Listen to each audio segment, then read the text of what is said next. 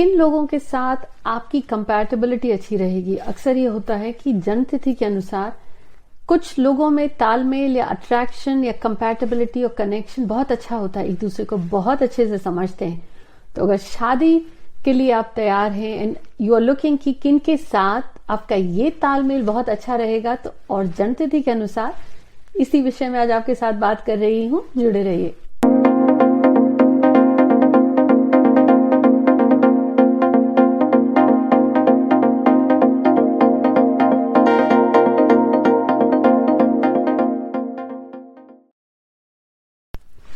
Hi everyone, this is Jaya Karamchandani. Welcome to invincible passion talk show, जहां हर हफ्ते मैं आपके साथ एस्ट्रोलॉजी, न्यूमरोलॉजी, वास्तु से जुड़ी हुई कुछ अपनी बातें, कुछ अनुभव शेयर करती हूं।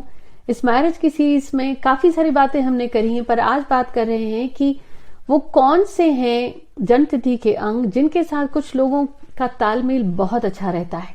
इससे पहले शेयर करूं, जल्दी से सब्सक्राइब करें हमारे इस चैनल को और बेल नोटिफिकेशन जरूर प्रेस करें, ताकि हर हफ्ते जो हिंदी और इंग्लिश में मैं आपके साथ वेडनेसडे और संडे को एपिसोड शेयर करती हूं, वो आपको नोटिफिकेशंस मिल जाएं।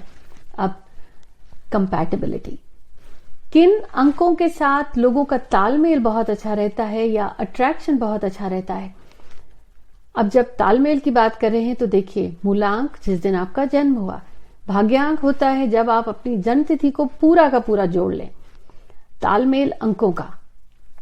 अब जैसे आप स्क्रीन पर देख रहे हैं, प्रियंका चोपड़ा की डेट ऑफ बर्थ है 18 जुलाई 1982। तो प्रियंका का मूलांक हो गया 18, 1 और 8 को जोड़ने से आया 9। मूलांक वो जिस दिन आपका जन्म हुआ, तो प्रियंका का मूलांक है 9 और पूरी की पूरी जन्म तिथि को जोड़ा आपने, तो फाइनल नंबर जो भी आएगा उसको घटाने से, उनको ऐड करने से सिंगल डिजिट में ले आएंगे। तो यहाँ प्रियंका की डेट ऑफ बर्थ में भी आएगा 9। सो फॉर प्रियंका चोपड़ा उनका मूलांक भी है 9, भाग्यांक भी है 9। अब निक जोनस की जन्म तिथि है 16 सितंबर 1992। सो फॉर निक जोनस उनका मूलांक हो गया 16 तारीख, 16 में 1 और 6 को जोड़ा तो आया 7। भाग्यांक के लिए इनकी पूरी की पूरी जन्म तिथि को आप जोड़िए, उन अंकों को जोड़ के सिंगल डिजिट में ले आएंगे आप, तो आया 1। अब जैसे आप अगर जोड़ रहे हैं 1 और 6, सितंबर का महीना 9 और 1992, पूरा का पूरा जोड़िए, अंत में आपके पास सिंगल डिजिट जो नंबर आएगा घटाने से वो आएगा 1। सो इस केस में प्रियंका चोपड़ा का मूलांक है 9, भाग्यांक भी है 9। निक जोनस का मूलांक है 7 और भाग्यांक है 1। तो जब आप रिश्तों में शादी के लिए कंपैटिबिलिटी देखी जाती है, तो देखा जाता है क्या भाग्यांक और भाग्यांक आपस में उनका तालमेल कैसा है, मूलांक और मूलांक का एक दूसरे के साथ तालमेल कैसा है, या मूलांक और भाग्यांक का, प्रियंका चोपड़ा का मूलांक निक जोनस के भाग्यांक के साथ कैसा है, प्रियंका चोपड़ा का भाग्यांक निक जोनस के मूलांक के साथ कैसा है। तो तालमेल यानी अट्रैक्शन, एक दूसरे को समझना।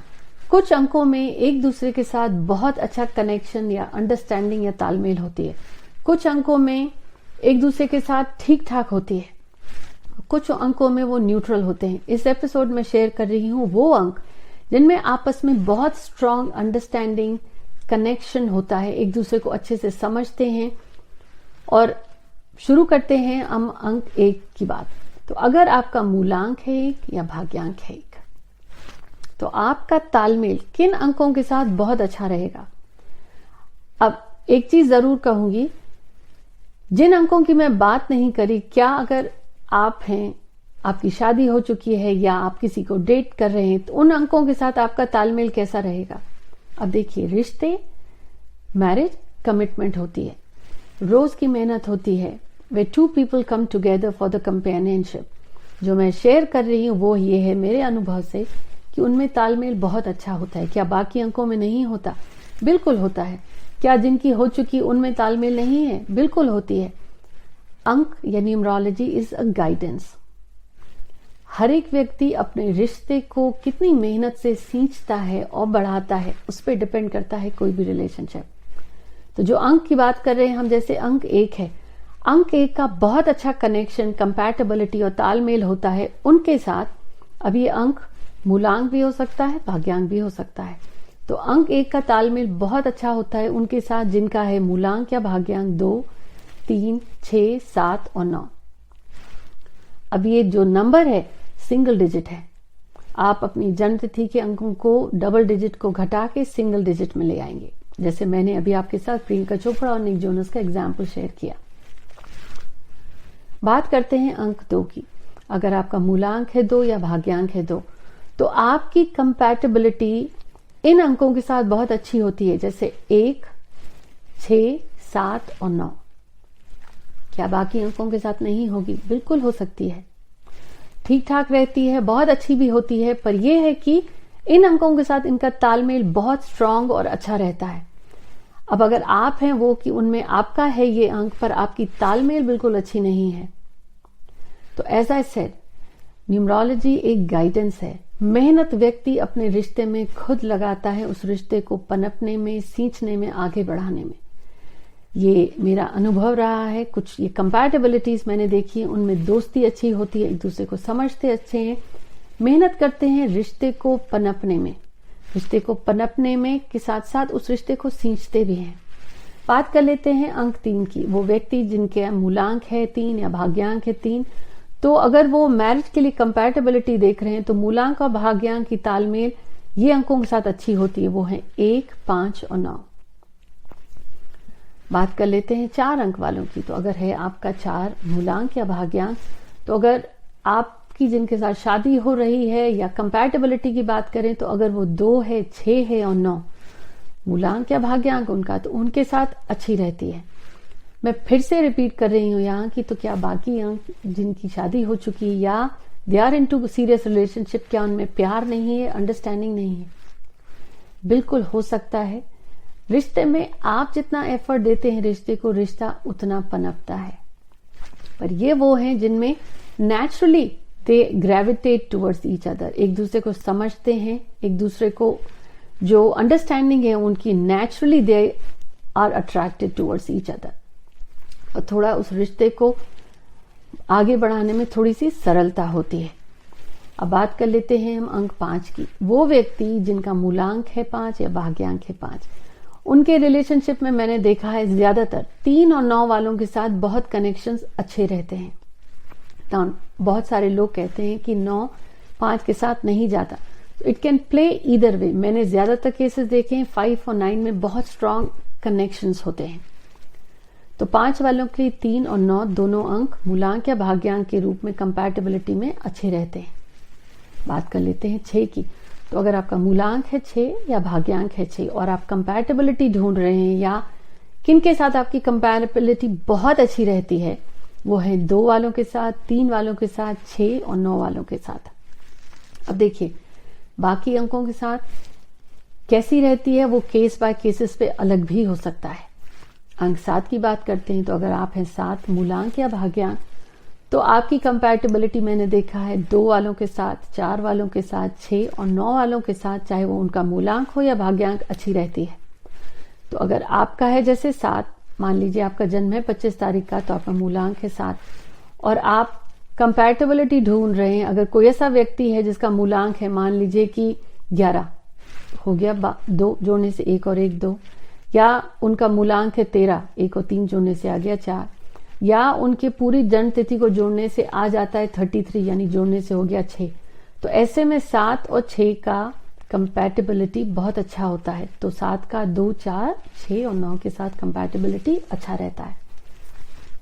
8 की बात कर लेते हैं। तो अगर आपका 8 है मूलांक या भाग्यांक, तो कंपैटिबिलिटी के नाम पे 2, 4 और 6 के साथ, इन अंकों के साथ अच्छा रहता है। अब आप में से बहुत लोगों को शायद दूसरे ही एक्सपीरियंसेस रहे हैं कि इनके साथ कंपैटिबल नहीं है, या आप किसी और चीज में अब तक बिलीव करते थे कि ये नंबर्स कैसे कंपैटिबल हैं।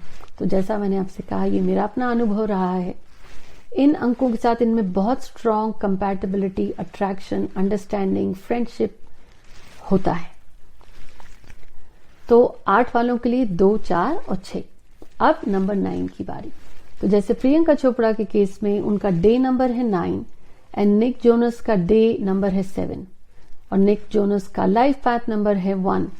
तो कंपैटिबिलिटी के लिए देखिए, नंबर 9 की कंपैटिबिलिटी होती है उनके साथ 1, 3, 6, 7 के साथ बहुत स्ट्रांग। तो इस केस में प्रियंका के साथ निक जोनस की कंपैटिबिलिटी नंबर्स के हिसाब से काफी अच्छी है। They give space to each other. So जो कंपैटिबिलिटी की बात कर रही हूँ, कनेक्शन, वो एक दूसरे को रिलेशनशिप में they don't suffocate, they give space. पर क्या जस्ट बिकॉज नंबर्स कंपैटिबल हैं वो रिश्ता सक्सेसफुल होगा? अगेन, मैरिज या कोई भी relationship requires lot of hard work. कुंडली मिलाने से सारी शादियां सक्सेसफुल होती हैं? बिल्कुल नहीं। कंपैटिबल होने से हर रिश्ता सुखी और खुश रहेगा? बिल्कुल नहीं। कंपैटिबल हैं यानी नेचुरली एक दूसरे को समझते हैं, खुश रह सकते हैं, वो एक अंडरस्टैंडिंग है, लेकिन उस रिश्ते को पनपने आप दोगे। सींचना आपको है, उस रिश्ते में मेहनत आपको करनी है। तो अगर आपको किसी ने कह दिया आप IAS PCS हो जाओगे, तो क्या आप मेहनत छोड़ दोगे? बगैर मेहनत तो कोई फायदा नहीं। कोई कितना भी कह दे कुंडली में सब ठीक है।